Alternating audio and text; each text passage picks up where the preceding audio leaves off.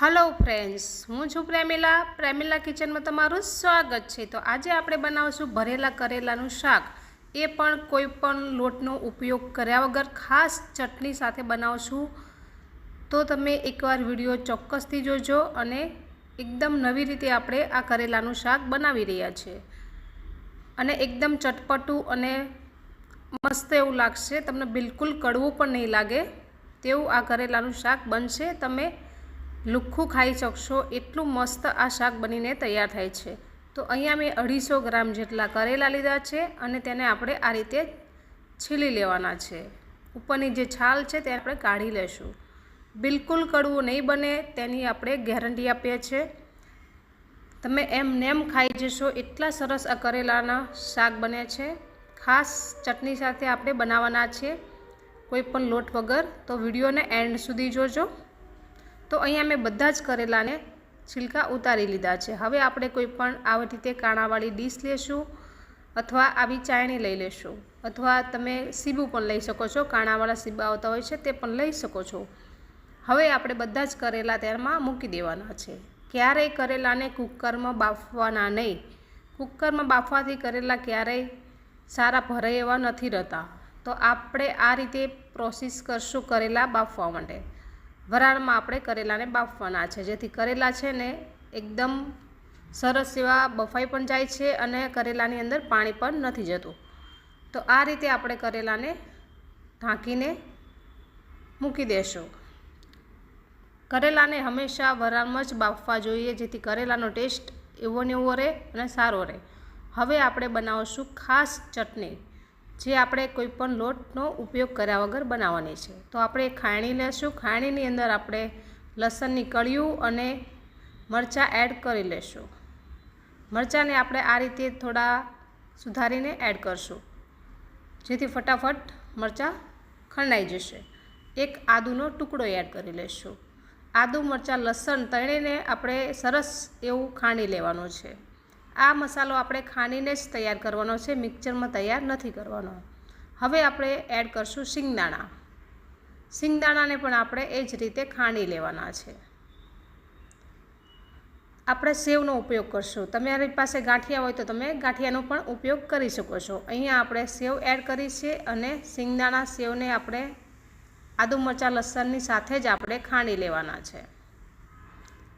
तो ये बंने वस्तु खंडाई गई है। हवे आपणे मसाला एड करी लेशुं। धाणा जीरु पाउडर अर्धी चमची, लाल मरचुं पाउडर अर्धी चमची, गरम मसालो 1 टीस्पून हींग एड करी लेशुं अने स्वाद अनुसार नमक एड करशुं। नमक आपणे मसाला पूरतुं ज अत्यारे एड करवानुं छे। 1 टीस्पून जेटली आपणे खांड एड करशुं अने हाफ લીંબુનો रस एड करशुं, जेथी थोड़ो चटपटो अने सरस एवो फ्लेवर आवशे। आ बधी ज वस्तुने आपणे फरीथी खाणी लेशुं अने बराबर मिक्स करी लेशुं। आ मसालो एटलो सरस लागे छे के तमने वारंवार तमे करेलानुं शाक आ रीते ज बनावडावशो अने खाशो अने करेला हेल्थ माटे खूब ज फायदाकारक छे। तो आपणी आ चटनी बनी गई छे। तमे जोई शको छो दरदरी छे। આપણે આમાં ઓઇલનો પણ ઉપયોગ નથી કર્યો કે બેસનનો પણ ઉપયોગ નથી કર્યો, તો પણ આ ચટણી એટલી સ્વાદિષ્ટ બને છે ને કે તમે એકવાર ટ્રાય કરશો ને ત્યારે જ તમને ખબર પડશે। તો આપણે જે ચટણી બનાવી છે તેને આપણે આ રીતે કાઢી લેશું। ક્વોન્ટિટીમાં જો વધારે તમે બનાવતા હોય તો તમારે ચટણીનો ક્વોન્ટિટી વધારી દેવાની છે। आमे ચોમાસામાં करेला खावा ज जोईए, जेथी बीमारीओथी दूर रवाय छे अने डायाबिटीज माटे पण करेला खूब फायदाकारक छे। तो तमे चोक्कसथी करेलानुं शाक बनावजो अने घरनाने पण खवडावजो। हवे आपणे थोड़ी सेव उपरथी पण एड करशुं। सेव अने आ चटनीने बराबर मिक्स करी लेशुं। विडियो गमे तो लाइक करजो, शेर करजो अने सब्सक्राइब ना कर्युं होय ने तो करी लेजो नवा नवा विडियो जोवा माटे। अने आ विडियो तमने केवो लागे छे ए मने पछी कमेंट करीने जरूरथी जणावजो। तमे एकवार आ रीते शाक बनावजो अने पछी मने कमेंट करजो के तमने आ रेसिपी केवी लागी। तो आपणो आ मसालो बनीने तैयार थई गयो छे। हवे आपणे साइडमां मूकी देशुं अने आपणा करेला जोई लेशुं के आपणा करेला कूक थई गया छे के नहीं। તો આ રીતે આપણે જોઈ લેશું. તમે જોઈ શકો છો વરાળ નીકળી રહી છે, પણ બિલકુલ પાણીવાળા આપણા કરેલા થયા નથી. આ રીતે સરીની મદદથી તમે કરેલાને ચેક કરી શકો છો કે આપણા કરેલા કૂક થઈ ગયા છે કે નહીં. આપણે કરેલાને આપણે લગભગ 5 મિનિટ સુધી આપણે કૂક કર્યા છે. તમારે વધારે હોય તો તમે 7 મિનિટ સુધી પણ કૂક કરી શકો છો. હવે આપણે કરેલાને ઠંડા કરી લેવાના છે. એકદમ ઠંડા થઈ જાય પછી જ આપણે કરેલા ભરવાનું શરૂ કરશું. કરેલા ઠંડા થઈ ગયા છે. હવે આપણે આ રીતે કરેલાને કટ લગાડશું. અહીંયા મેં દાંતીવાળી છરી લીધી છે, જેથી કરેલા આસાનીથી કટ લાગી જાય છે, કારણ કે કરેલા આપણા કૂક થયેલા છે. તો આ રીતે આપણે મસાલો કરેલાની અંદર ભરવાનો છે. આ મસાલાની અંદર આપણે બેસન એડ નથી કર્યું, એટલા માટે કરેલા ખૂબ જ સરસ એવા લાગે છે અને સ્વાદમાં પણ બહુ જ મસ્ત એવા લાગે છે. તમે એકવાર ચાખશો ને તો તમે ખાતા રહી જશો, આંગળીઓ પણ ચાટતા રહી જશો, એટલા મસ્ત આ કરેલા બનીને તૈયાર થાય છે. તો હું તમને બીજું પણ કરેલું એ જ રીતે ભરીને બતાવી રહી છું.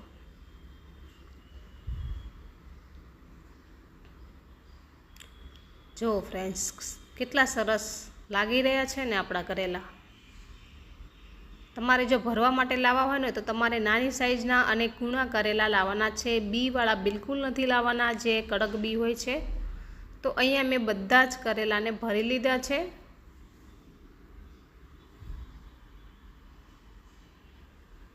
આપણા બધા જ કરેલા તૈયાર છે કૂક કરવા માટે. ગેસ ઉપર આપણે એક કઢાઈ મૂકી દઈશું અને તેલ એડ કરી લઈશું. તેલ આપણે આપણી કરેલાની ક્વોન્ટિટી પ્રમાણે એડ કરવાનું છે. તો અહીંયા 250 ગ્રામ જેટલા કરેલા છે, તો આપણે 3 થી 4 પાવલી જેટલું તેલ એડ કરી લઈશું. થોડું આપણે જીરું એડ કરશું, 1 ટીસ્પૂન જેટલું. 1 ટીસ્પૂન જેટલી હિંગ એડ કરી લઈશું. 1 ટીસ્પૂન જેટલી હલ્દી પાવડર એડ કરી લઈશું. હવે આપણે કરેલાને આ રીતે મૂકી દઈશું, જેથી સરસ રીતે આપણા કરેલા છે તે કૂક થઈ જશે અને ફટાફટ આ કરેલાનું શાક બનીને પણ તૈયાર થાય છે. તમે ચોક્કસથી એકવાર આ રીતે કરેલાનું શાક બનાવજો. હવે આપણે તેલમાં કરેલા એડ કરી લીધા છે, બરાબર આપણે મિક્સ કરી લેશું, જેથી તેલનું કોટિંગ બરાબર થઈ જશે કરેલાની ઉપર અને કૂક પણ સરસ રીતે થશે.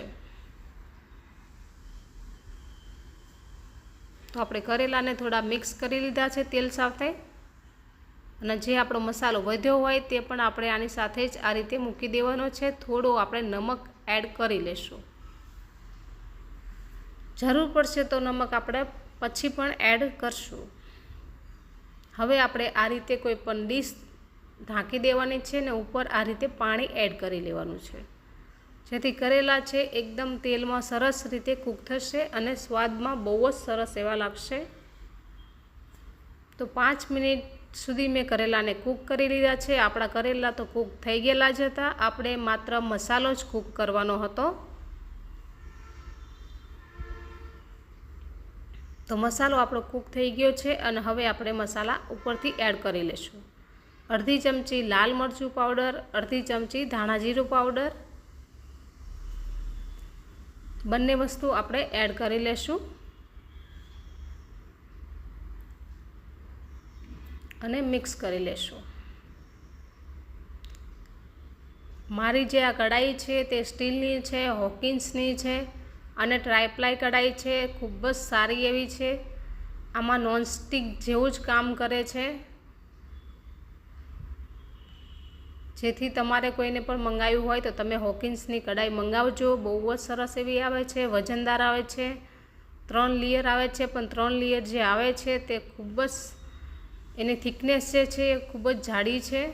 હવે આપણે સ્વાદ અનુસાર ફરીથી નમક એડ કરશું, થોડી આપણે સુગર એડ કરશું અને લીંબુનો રસ આપણે અડધી ચમચીથી ઓછો આપણે એડ કરી લેશું. જો ક્વોન્ટિટી વધારે હોય તો લીંબુનો રસ તમારે અડધી ચમચીથી આખી ચમચી એડ કરવાનો છે. અહીંયા ખાંડ અને લીંબુનો રસ એડ થયો છે અને આપણે મસાલામાં પણ ખાંડ અને લીંબુનો રસ એડ કર્યો હતો, જેથી કરેલાનું શાક છે તે એકદમ ચટપટું અને ખાવામાં ખૂબ જ સ્વાદિષ્ટ બને છે। તો બરાબર આપણે મિક્સ કરી લેશું। ગેસને આપણે એકદમ લો રાખ્યો હતો। તો તમે જોઈ શકો છો ફ્રેન્ડ્સ, કેટલું સરસ આ કરેલાનું શાક બનીને તૈયાર થયું છે। તમે એકવાર ચોક્કસથી ટ્રાય કરજો અને પછી જ મને કમેન્ટ કરીને કહેજો કે તમને આ રેસીપી કેવી લાગી। Thank you for watching, bye bye.